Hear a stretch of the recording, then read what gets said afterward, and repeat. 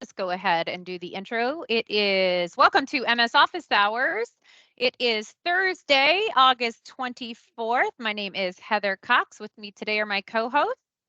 Hey everybody, Stephanie Stevens. Hey, I'm Garrett Chandler.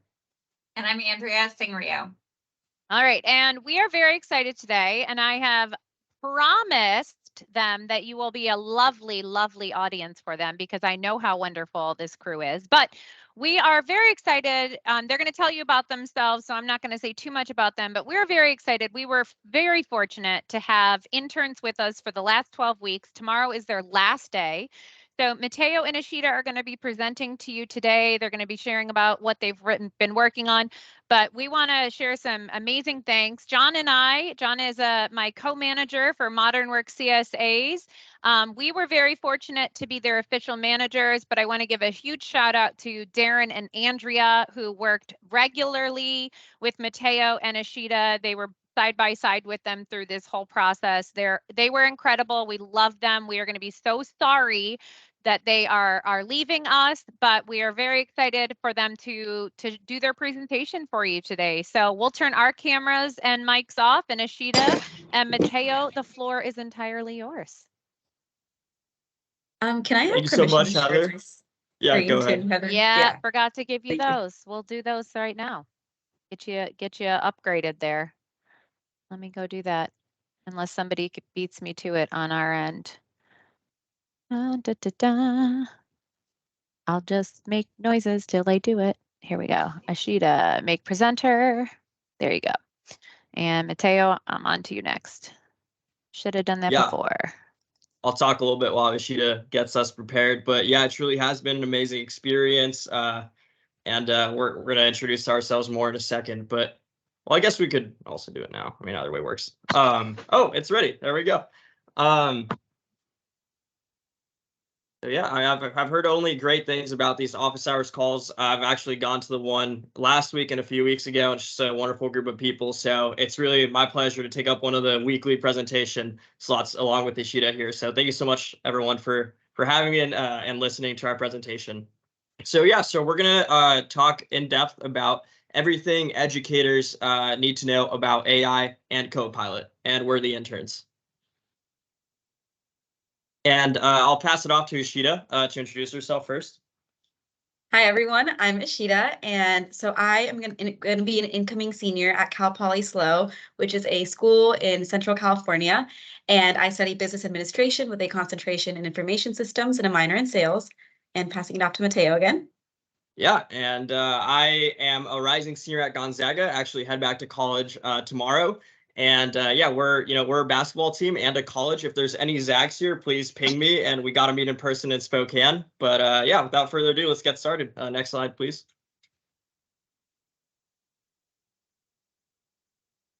So here, I'll take control. So I know we're all thinking it. What is artificial intelligence? So AI is basically when computers can think the way that we would normally think only humans think. So basically, they have the same logic, the same kind of complex thought process that us humans would. So AI has actually been around for a while. The earliest form of AI was invented in the 1930s by Alan Turing. He invented the first modern computer. Then in the 50s, the first program to actually mimic human problem-solving skills was invented. In the 60s, the first chatbot was created. And then in the 90s, AI actually beat chess legend Garry Kasparov in a game of chess. And more importantly, Microsoft introduced Clippy for Office, which is the precursor for everything AI we have today, basically. And then in the 2000s, we have tech companies create amazing things like deep learning, facial recognition, activity that's nearly perfect. And also AI basically being able to be your assistant that can, say, schedule a haircut on your behalf. And then more recently, we've heard of something called OpenAI that has built ChatGPT, GPT-3, and we'll go more into what all this means later, that have made a leap into generative AI, which I'll get into. And now Microsoft's adding on to all that technology to improve all their products, such as Bing and Bing Chat, and going from Microsoft 365 to create Copilot within that. So adding on to the fact that we've already been using AI, even though it's talked about more now, it's just always been around, just more subtly. So we've already been using AI for voice assistants on our phones, for smart home devices, for security, personalized recommendations on Netflix, spam filters for Outlook, like customer support, virtual assistants, autocomplete features. So when you're searching something, and then just like you can hit tab and it auto completes. Autonomous driving for like Teslas, medical image analysis. Kind of when you're stuck in traffic and the map apps like reroutes you to a more efficient route. Translation applications and advertising algorithms. So we've already been using AI for a while, but why the heck does it still seem like it just exploded out of nowhere? Well, that's because the version of AI that has been talked about so much recently is specifically called generative AI. And this AI uses machine learning, natural language processing, and large language models to create new and human-like content, such as text, images, or music. Now, I know what you're thinking. That was a whole lot of AI buzzwords. So let's go ahead and break it down together. So basically, first up, machine learning. That's when computers are able to learn from examples and get better at tasks without being explicitly told what to do. So for example, when you look at ChatGPT, there are millions of people that have been using it ever since it exploded in popularity, like in the last year or so.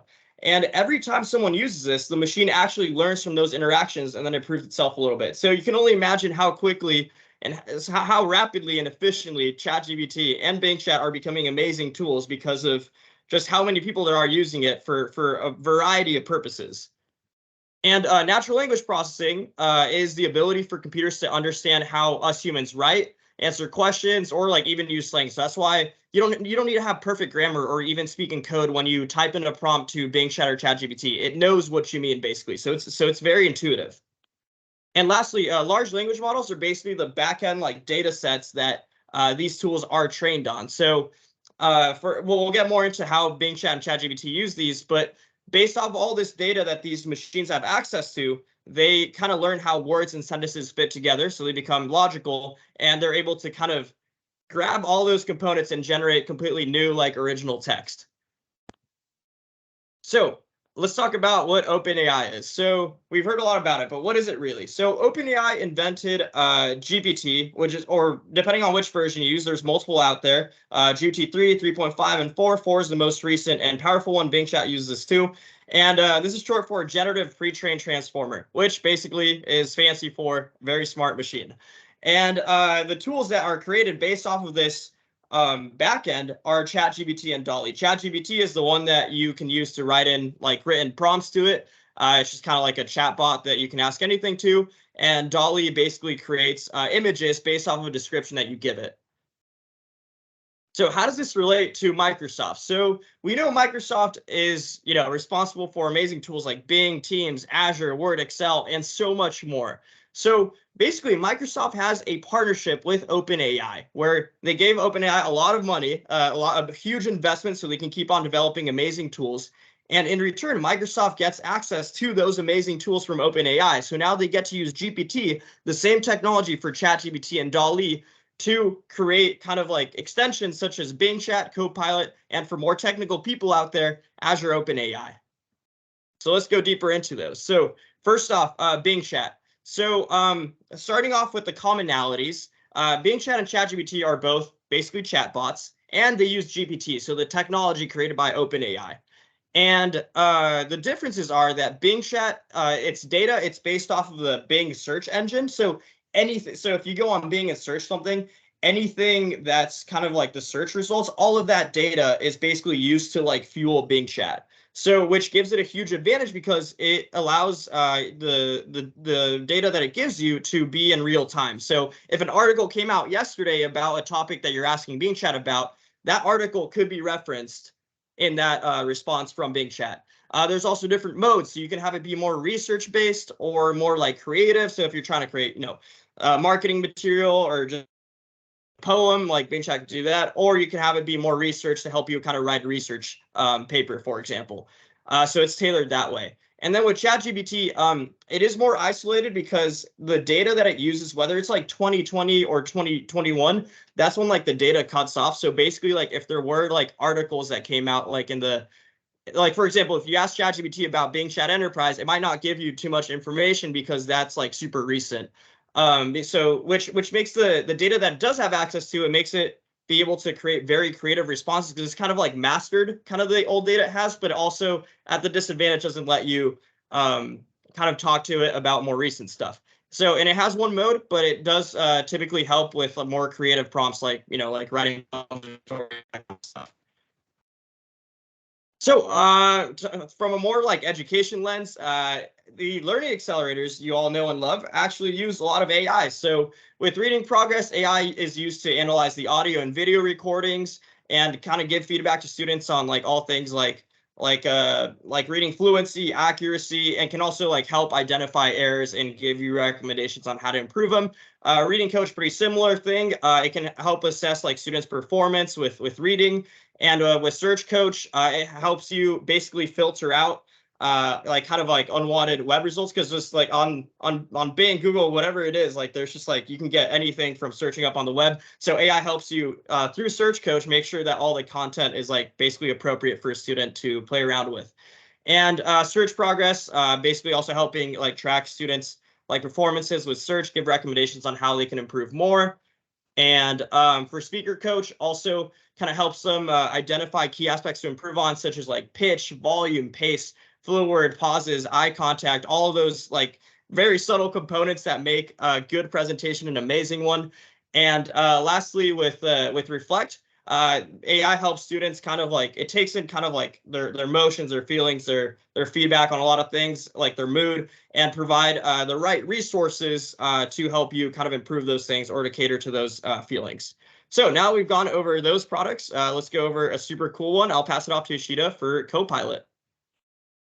Okay, awesome. So now we're just going to go over Copilot because I think, when we're talking about AI, that's something that comes to mind as Copilot and what it is. So I'll be breaking it down and then going over how you can use it in certain apps as well.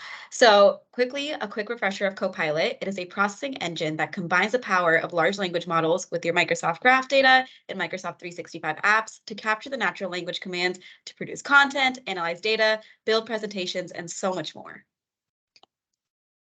Okay, so how does Copilot get its natural language? I think that's a question I had when, even working with ChatGPT or all these AI products, just how is it able to respond in such a natural tone to me in a way that a human would talk to me as well? So it has two main components called large language model and Microsoft Graph that help it respond in a natural language to your prompts and questions. So I'll start by breaking down Microsoft Graph. In simple terms, it provides access to the data stored across Microsoft 365 services. So Copilot calls the Microsoft Graph API, or the Application Programming Interface, to connect to the data in Microsoft Graph and to gain more context from things such as your emails, files, meetings, chats, and calendar events.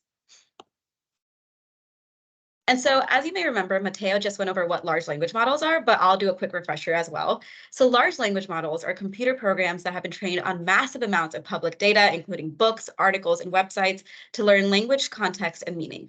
So they've learned how words and sentences can fit together, and they're able to piece these new texts that sounds like something a person such as yourself or me would say or write. Okay, so you interact with large language models in Copilot using natural language with something called a prompt, which in simple terms is basically just a statement or a question. For instance, a prompt that you can give Copilot is, give me a recap of the faculty meeting from this morning.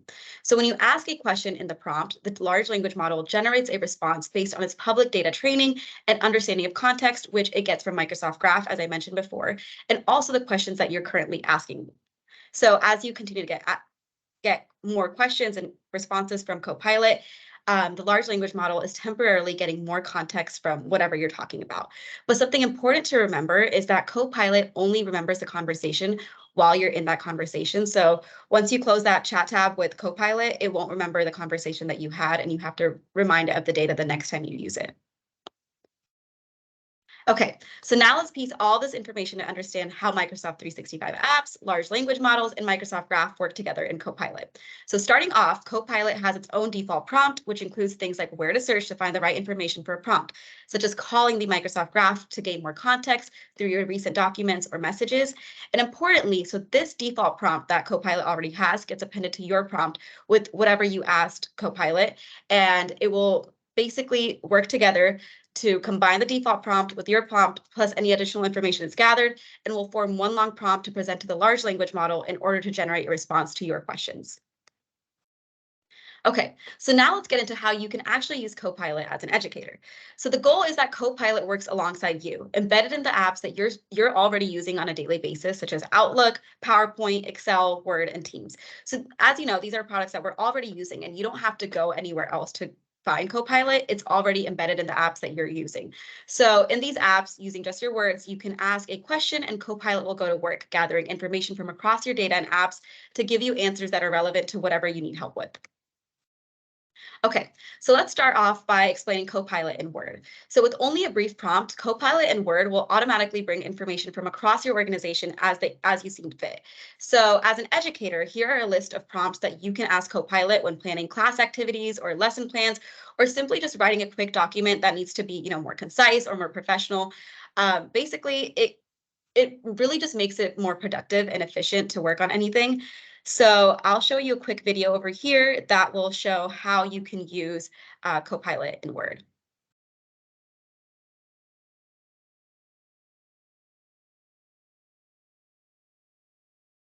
So as you can see, you gave it a simple prompt, and through that, Copilot was able to create a whole document draft for you. And obviously you can go back and edit this document as you see fit and go back and change things, but it's a very good starting ground that you can use when creating a lesson plan or anything that you need to create a document for.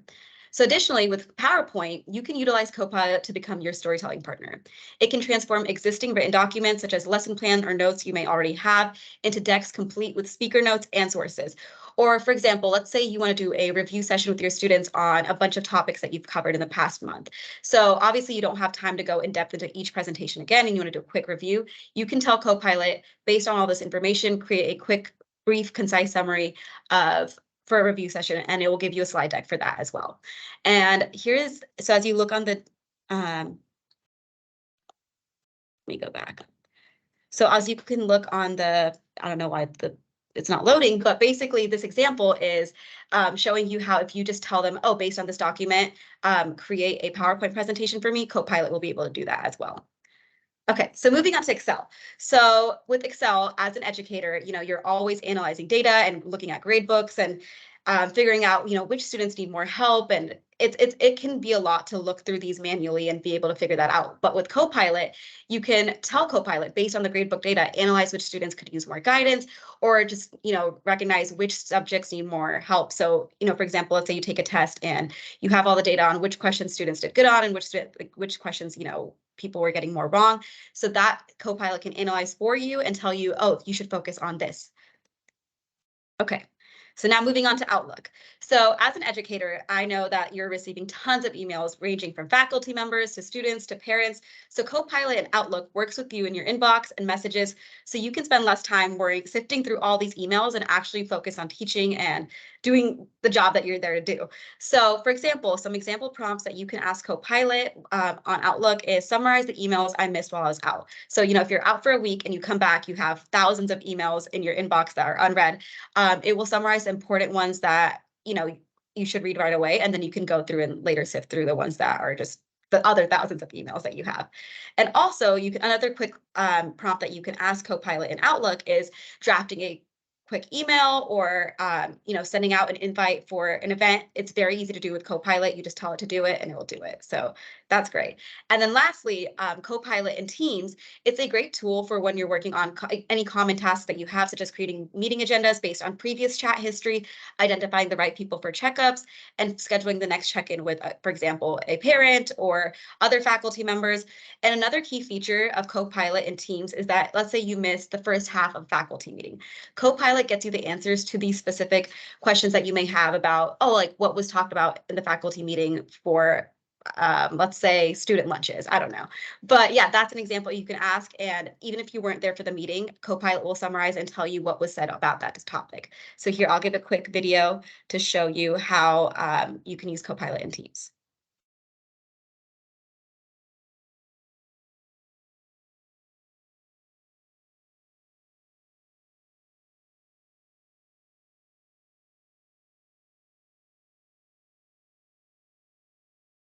So as you can see, it's able to summarize, what was said previously or just what the opinion is on a certain topic. So yeah, I think Copilot is great. And definitely can help a lot with, increasing productivity, and handing it back to Mateo. Thank you so much, Ishida. So how does this all relate to education? Specifically, how can it improve it? So the first kind of keyword that think of immediately is personalization. And this works in two different ways. The first way is improving efficiency and accelerating learning overall. So basically through AI, we can make sure that each student is learning in the way that appeals to them. And that's by giving them like real-time feedback, analyzing data more efficiently, and delivering actionable insights that educators can use to know how to best appeal to their students. So ultimately, they can make the most out of school and learn as much as they possibly can. So that's one end. The other end is accessibility and inclusivity. So through AI, you can also make sure that through the personalized learning, you have features like translation, captioning, read aloud, voice input. So you have like every single method of delivering information. So kind of like all people can receive it. Also, so that's on the student end. Also on the teacher end, improving efficiency. So AI, and as Ishida touched on a lot with Copilot, like you basically have a Copilot to help you do all of your lesson plans, all of your planning, your scheduling, like just like everything, you have AI helping you with it, so you can focus on less of the operational stuff and you can focus on what matters and what you set out to do as a teacher in the first place, like educate your students, right? And so AI will handle the back end for you. And for teachers and students, the last thing is building AI literacy. So you can't tell already, like AI has been around for a while and it's also not going away. So it's very important that whether you like it or not, we must kind of train everyone on AI and prepare them for this technological innovation that is here to stay. And what better way to do that than actually using AI tools?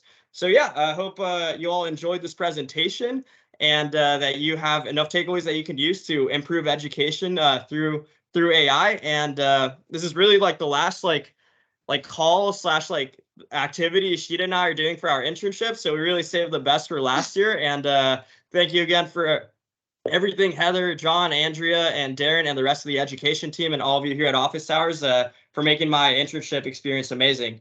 And yeah. Yeah, Mateo summarized everything basically, but yeah, thank you so much for having us. It's great to be able to share our projects with you guys as well. So thank you so much. You both did awesome. Super proud of all the work you've done. And 99% of what they just shared, they've actually built into a series of short form videos for you all to be able to share. So I've dropped in the chat the link to their playlist that has all of this content in little chunks. So feel free to grab those, use those. They're up for anybody to use. So we're going to miss you all. Thank you for all of your hard work. I'm not ready to say goodbye yet.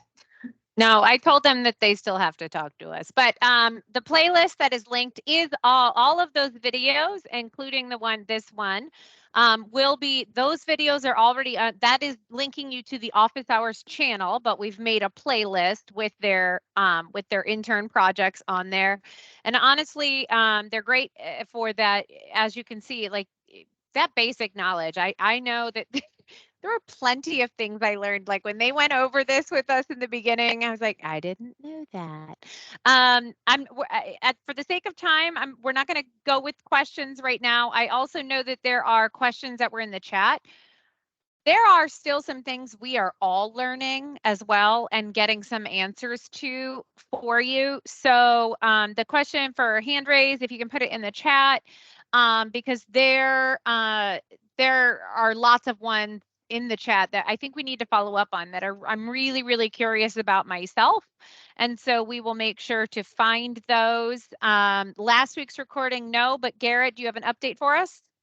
I was just going to say that the recording messed up last week. Sorry about that, but Bill has been gracious enough to get some more time with me, so he'll do that. It's scheduled for early next week, so we're going to re-record that session, just him and I, and I'm actually going to pull some of your questions from the chat and get him to answer as part of that, and then I'll get that recording sent over to Heather to upload to YouTube, so stay tuned. And apparently Dwayne is using Copilot to get to get a description that Heather made a joke about making noises until Ashita got to share her screen, which is true. I do that. So thank you again to our interns. Thank you for being a lovely audience, this community. We told them how amazing you are. And thank you for being amazing and supporting them through this. I'm going to go ahead and stop the recording.